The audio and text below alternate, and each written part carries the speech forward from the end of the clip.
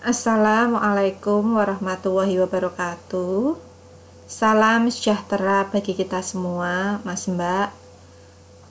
Di pertemuan ini di pertemuan ke-13 kita membahas materi tentang perlukah pendidikan anti korupsi Jadi di pertemuan ini kita akan mengetahui pendidikan anti korupsi. Mas Mbak semua, dimana di pertemuan ke-13 ini nanti kita akan mengetahui banyak sekali yang pastinya Mas Mbak semua memahami tentang anti korupsi seperti itu. Kita akan mengetahui, Mas Mbak semua, tujuan instruksional umum. Mahasiswa dapat mengerti, memahami, mendalami, dan menghayati, serta menjelaskan tentang latar belakang esensi pendidikan anti korupsi. Kemudian untuk tujuan instruksional khusus, mahasiswa mampu menjelaskan latar belakang dan filosofi pendidikan anti korupsi. Kita mengetahui di dalam tujuan instruksional umum, Mas Mbak semua, bahwa di mana kita nanti Mas Mbak semua akan mengetahui dari latar belakang dan pastinya esensi pendidikan korupsi Nah, pendidikan anti korupsi itu Mas Mbak semua perlukah? Nah, ada pertanyaan seperti itu. Sejak reformasi bergulir tahun 1998 yang lalu hingga kini, berita tentang korupsi makin gencar. Berbagai harian pastinya di Indonesia hampir tiap hari dalam terbitannya memberikan peristiwa korupsi. Dalam berita tersebut, korupsi tidak hanya melanda kehidupan politik, tetapi juga ekonomi dan sosial. Pelaku yang tindak oleh aparat tidak hanya para pelaku bisnis, tetapi juga mereka yang berasal dari kalangan birokrasi dan pemerintahan, DPR, DPRD, bahkan pula kalangan kampus perguruan tinggi dan sekolah. Rakyat kecil pun seperti pedagang beras, pedagang buah, kondektur bus, sopir angkutan, dan tukang becak pun turut melakukan korupsi kecil-kecilan. Korupsi tampaknya sudah menjadi budaya masyarakat Indonesia. Mas Mbak semua perlu diketahui bahwa di dalam di sini Mas Mbak semua bahwa korupsi kecil-kecilan itu ternyata nampak menjadi budaya masyarakat Indonesia. Karena dilihat dari di sini seperti katanya dari pedagang beras sampai ke tukang becak Kemudian korupsi itu sesungguhnya bukan merupakan penyakit di luar diri bangsa. Ia adalah penyakit bawaan, sebab benih-benih korupsi sudah ada dalam tubuh bangsa Indonesia, tidak hanya pada masa-masa ketika Indonesia dijajah bangsa kolonial, tetapi juga sudah berlangsung pada masa kejayaan kerajaan-kerajaan Nusantara. Upaya untuk mencegah meluaskan perbuatan korupsi dan tindakan hukum untuk mengatasinya pun telah dilakukan pada masa kerajaan-kerajaan Nusantara. Asra 2006 menulis bahwa pada masa kerajaan Islam Nusantara, Undang-Undang Melaka yang digunakan sebagai rujukan hukum di beberapa kerajaan Islam di wilayah Sumatera secara eksplisit memuat hukum larangan suap-menyuap, bahkan segala macam hadiah yang diperuntukkan bagi hakim termasuk pemberian makan dan uang yang bersumber dari Baitul Mal dianggap sebagai suap dan tegas-tegas haram hukumnya. Kemudian, korupsi menjadi salah satu masalah yang serius di tubuh pemerintah. Ia tidak hanya merupakan masalah lokal, tetapi sudah menjadi fenomena internasional yang mempengaruhi seluruh masyarakat dan merusak seluruh sendi kehidupan. Perhatian masyarakat internasional sangat tinggi terhadap fenomena korupsi ini. Komitmen untuk melakukan pemberantasan korupsi didukung oleh lembaga-lembaga pembiayaan dunia seperti World Bank, ADB, IMF, dan organisasi internasional seperti OECD dan APEC ya.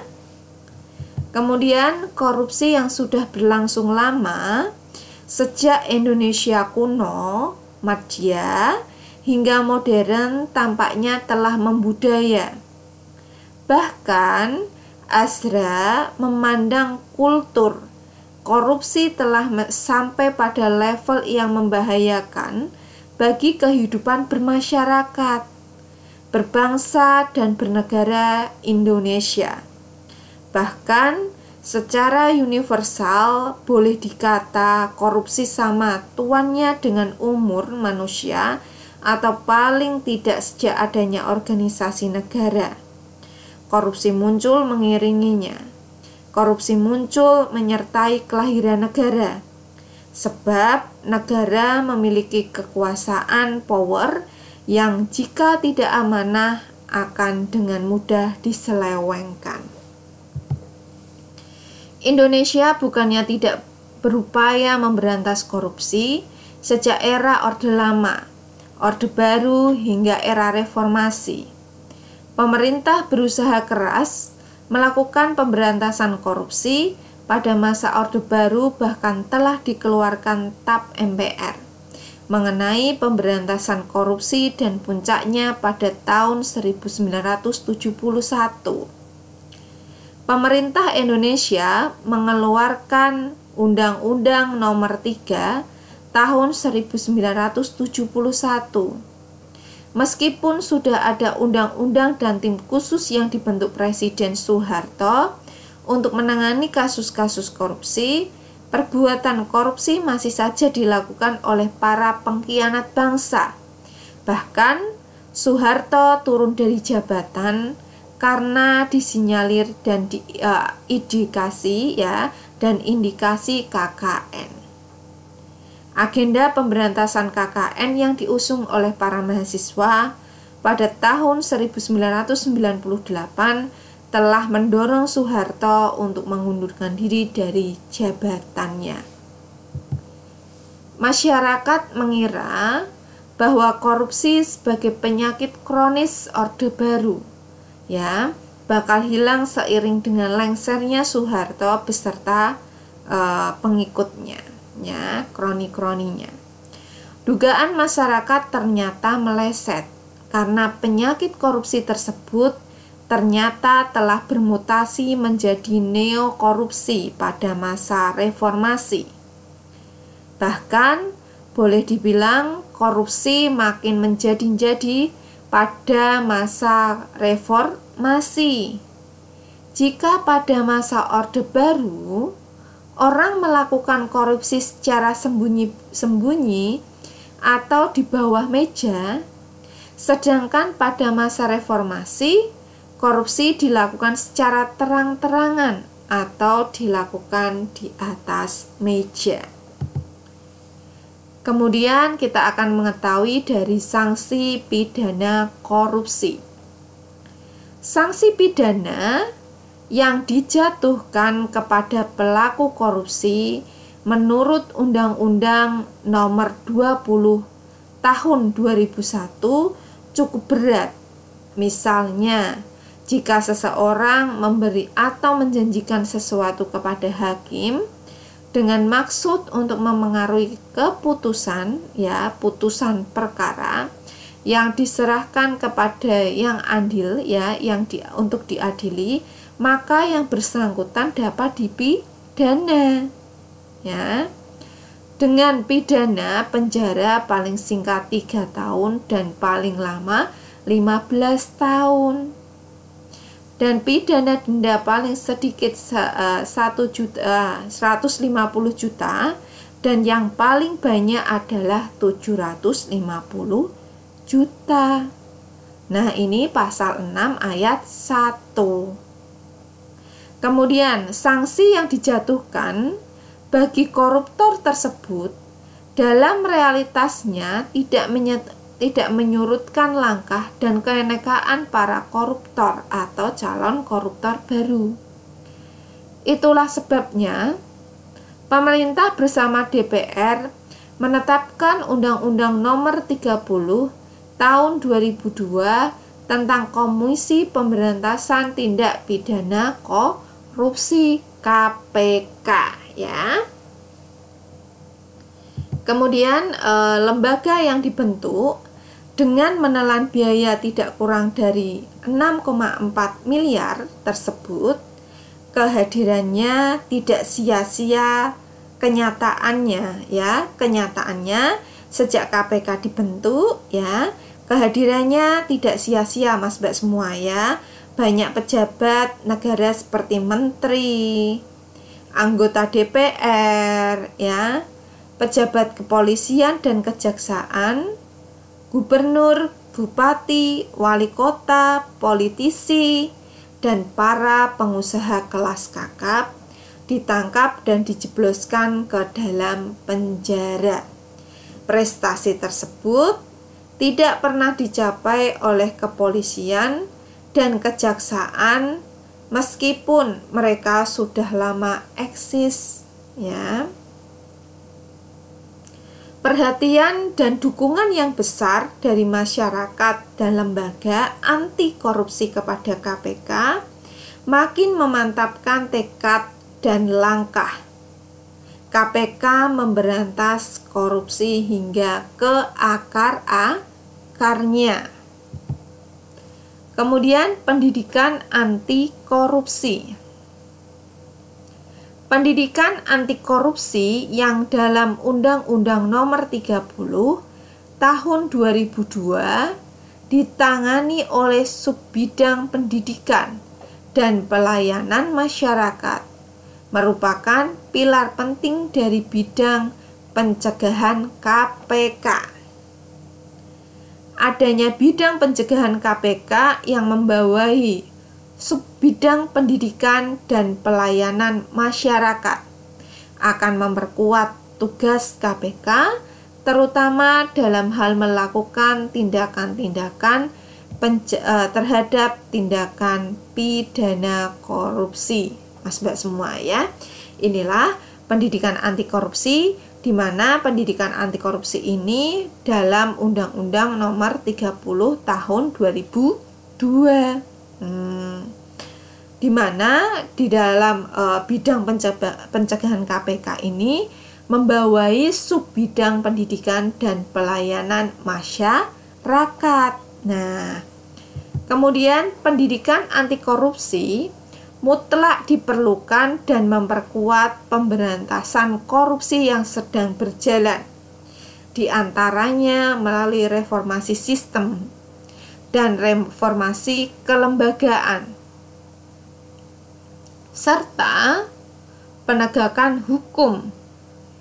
Hukum asra, pendidikan anti korupsi merupakan upaya reformasi kultur politik melalui sistem pendidikan untuk melaksanakan perubahan, ya, di dalam kultur yang berkelanjutan ini, Mas Mbak semua, termasuk untuk mendorong, yaitu untuk terciptanya good governance kultur di sekolah dan perguruan tinggi.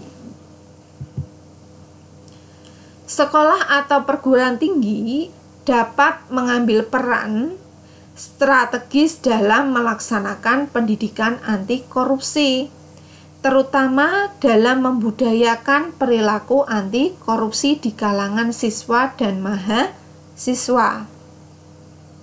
Melalui pengembangan kultur sekolah, Diharapkan siswa-siswa memiliki model sosial untuk membiasakan berperilaku anti korupsi. Pendidikan anti korupsi seyogyanya diberikan kepada anak-anak yang paling tidak itu sejak mereka duduk di bangku sekolah dasar. Anak-anak sekolah dasar yang berusia antara 7 hingga 12 tahun dapat berpikir transformasional, revisibel, atau dapat diperlukan atau dapat dipertukarkan dan kekekalan. Itu Mas Mbak semua ya. Jadi Mas Mbak semua, pendidikan anti korupsi itu harus diberikan kepada anak-anak dari sejak dia itu berada pada bangku sekolah dasar. Nah, anak-anak sekolah dasar ini juga berupaya di mana sekolah-sekolah dasar ini nanti Mas Mbak semua akan mentransformasikan resibel dan dapat dipertukarkan dan kekekalan seperti itu ya. Dan pastinya Mas Mbak semua untuk pendidikan ya anti korupsi itu kan tadi sudah diberikan sejak SD. Nah ini karena apa? Usianya antara 7 hingga 12 tahun. Kemudian berikut ini merupakan alasan rationing mengapa pendidikan anti korupsi perlu diberikan sejak dini, terutama kepada anak-anak yang duduk di bangku SD.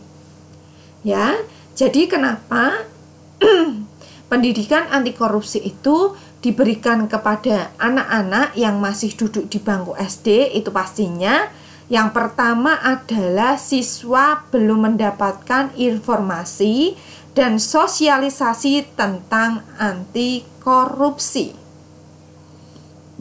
Untuk itu, mereka perlu dikenalkan terlebih dahulu nilai-nilai konkret yang diyakini akan dapat melawan tindakan korupsi.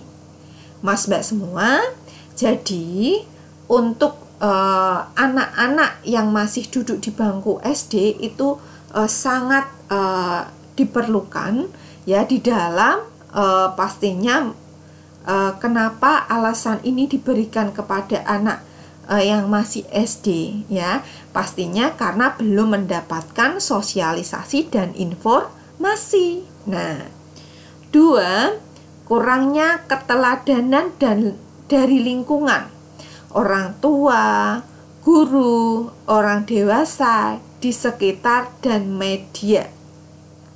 Keteladanan dari orang-orang terdekat dan di sekitarnya akan sangat membantu dalam proses penanaman nilai atau budi pekerti yang diharapkan dapat diterapkan dalam kehidupan ya atau kegiatan mereka sehari-hari. Mas Mbak semua, bahwa di mana anak-anak yang masih duduk di bangku SD ini pastinya karena Mas Mbak semua ya untuk pendidikan anti korupsi itu diberikan karena melihat dari kurangnya keteladanan dan lingkungannya ya, karena pastinya keteladanan itu ya dari orang-orang terdekat dan di sekitarnya seperti itu ya Mas Mbak semua. Kemudian yang ketiga, adanya kompetisi yang kurang sehat antar siswa. Upaya menghindari kompetisi yang kurang sehat dan pergaulan mereka di sekolah dapat dilakukan dengan menanamkan nilai-nilai sekolah seperti saling menghargai, saling menghormati, kesederhanaan, dan tidak pamer. Bahkan jika perlu, sekolah dapat memberi penghargaan kepada siswa yang berperilaku terpuji, Mas Mbak semua ya, dimana untuk anak SD ini sangat diperlukan di dalam memberikan pendidikan anti korupsi, karena pastinya ya di mana kompetisi ini pastinya ada yang kurang sehat ya. Kemudian yang keempat adalah sekolah tidak menerapkan aturan yang jelas dan konsisten. Itulah sebabnya aturan sekolah itu harus dibuat, karena pastinya untuk bersama antara guru, orang tua, dan pastinya di sini adalah siswa. Supaya siswa merasa ikut memiliki dan bertanggung jawab terhadapnya. Sementara itu, guru dan orang tua ya berperan sebagai ya, di mana ini adalah sebagai fasilitator dan pengawas. Jika ada orang yang melanggar aturan sekolah yang bersalah, pasti harus diberi hukuman sesuai dengan tingkat kesalahannya ya. Kemudian yang di sini adalah yang kelima adalah pembelajaran di sekolah masih didominasi oleh aspek kognitif. Pembelajaran seperti ini kurang mampu membentuk karakter siswa. Untuk itu perlu dikembangkan pembelajaran efektif yang bersifat aplikatif dengan model-model pembelajaran yang dikuasai guru, sehingga pembelajaran kognitif akan dapat dikawal untuk mewujudkan tujuan, yaitu kaitannya dengan pastinya pendidikan sekolah dasar. Metode dongeng, permainan, simulasi ya dapat diterapkan dalam pembelajaran efektif di sekolah ya. Kemudian untuk pendidikan anti korupsi pada jenjang pendidikan dasar pun itu dilaksanakan di berbagai negara, baik di daratan Eropa maupun di Afrika ya, di Asia, Amerika, dan Australia. Di dunia telah dibentuk pula jaringan kerjasama antar negara untuk mengenalkan program pendidikan anti korupsi. Di mana salah satu di sini adalah contoh, yaitu pendidikan anti korupsi adalah apa yang telah dilaksanakan oleh Cina. Nah, melalui Cina online, seluruh pelajaran, seluruh siswa ya pada jenjang pendidikan dasar diberikan mata pelajaran pendidikan anti korupsi yang tujuannya adalah memberikan ya, di mana di sini kaitannya dengan vaksin kepada pelajar dari bahaya korupsi. Dalam jangka panjang, generasi muda pastinya bisa melindungi diri di tengah gempuran pengaruh kejahatan korupsi.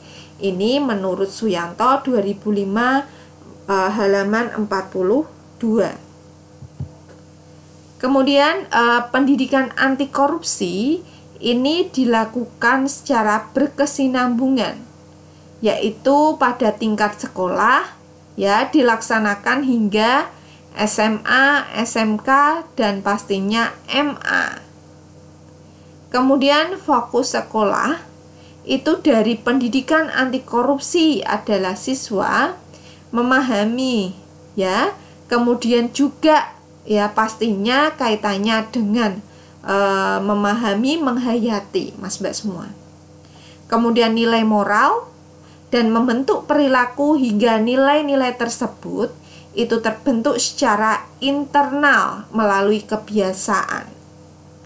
Tujuan akhirnya adalah perilaku yang pastinya berdasarkan nilai-nilai positif tersebut diterapkan dan ditularkan oleh lingkungan sosial masyarakat.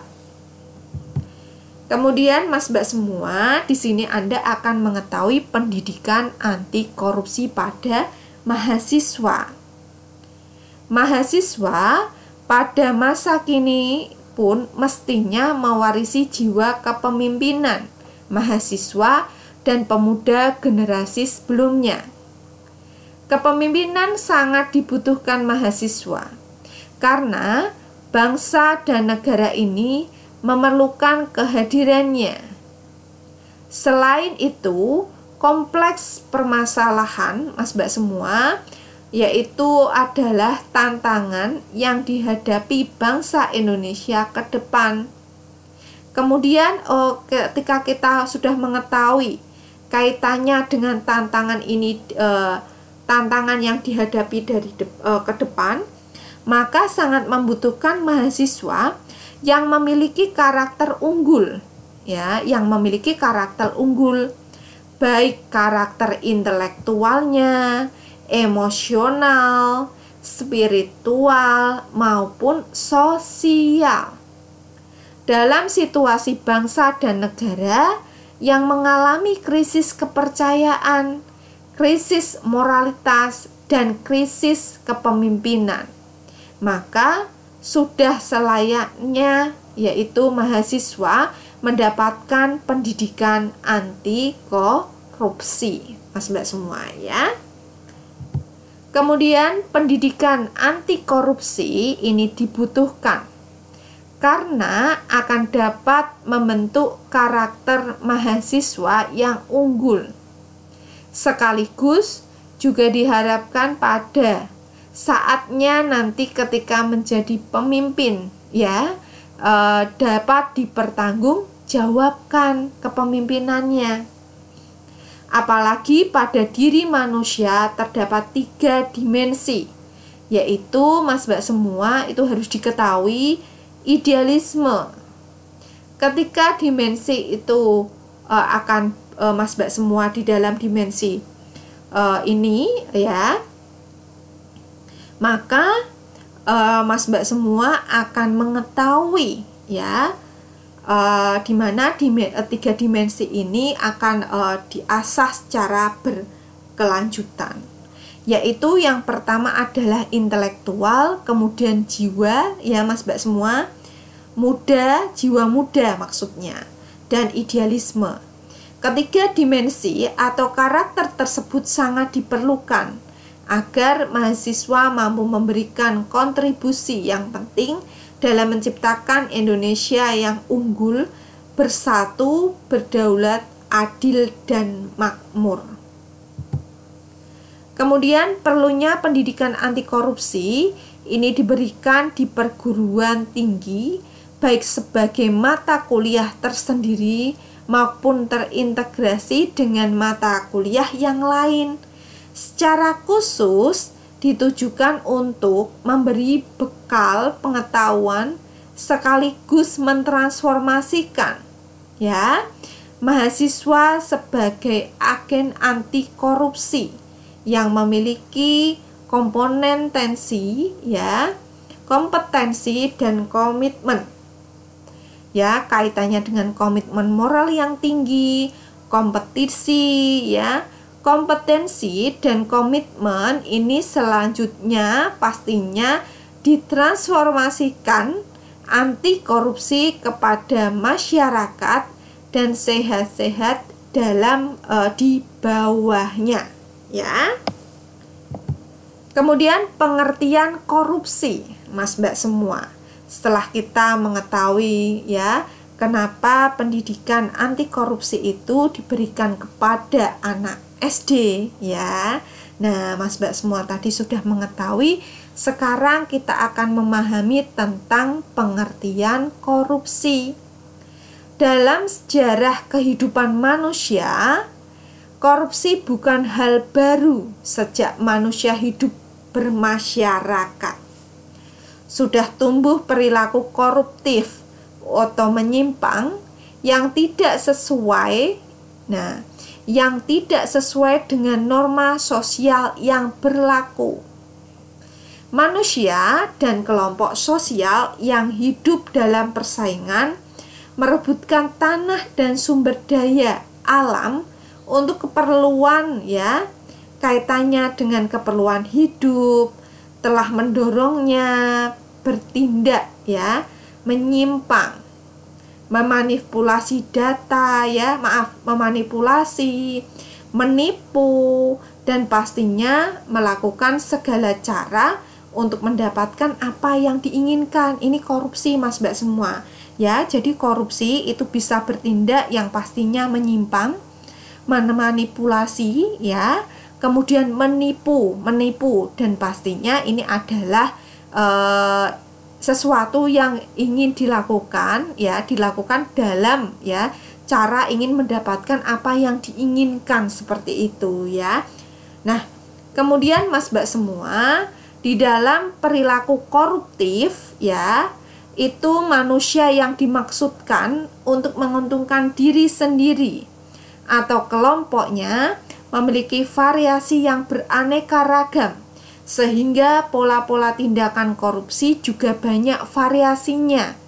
Itulah sebabnya dipahami bahwa korupsi bukan konsep sederhana. Korupsi merupakan konsep yang sangat kompleks ya. Jadi di mana korupsi ini adalah ya, pengertiannya itu sangat kompleks sekali ya. Kemudian Mas Mbak semua, sekelompok persoalan yang dihadapi oleh suatu masyarakat atau pemerintah demikian pula mendefinisikan korupsi bukan pekerjaan yang mudah. Sebagaimana dinyatakan oleh Phil William, meningkatnya ragam korupsi akibat kecanggihan para pelaku yang menyebabkan pendefinisian yang sistem ya, pendefinisian korupsi yang pastinya terus dikaji ulang agar mendapatkan pemahaman yang sistematis ya. Kemudian perlu dikemukakan akar kata korupsi dan pengertian secara etimologis. Sebelum diketengahkan definisi korupsi dari para pemerhati masalah korupsi, korupsi berasal dari bahasa Latin ya, Mas Mbak semua, yaitu corruption atau corruptus ya. Corruption itu adalah berasal dari corrumper. Dari bahasa Latin itulah Mas Mbak semua turun ke banyak bahasa, yaitu Eropa, seperti Inggris yaitu corruption, korup ya. Perancis ya, yakni corruption ya. Maka Mas Mbak semua, kita mengetahui juga dari Belanda yaitu korupti ya. Dari bahasa Belanda inilah kata korupti diserap ke dalam bahasa Indonesia yaitu korupsi. Dalam bahasa Muang Thai, korupsi dinamakan ging maung, artinya makan bangsa. Dalam bahasa Cina, tanwu, artinya keserakahan bernoda. Dan dalam bahasa Jepang, ohhuku ya, oshuku yang berarti kerja kotor.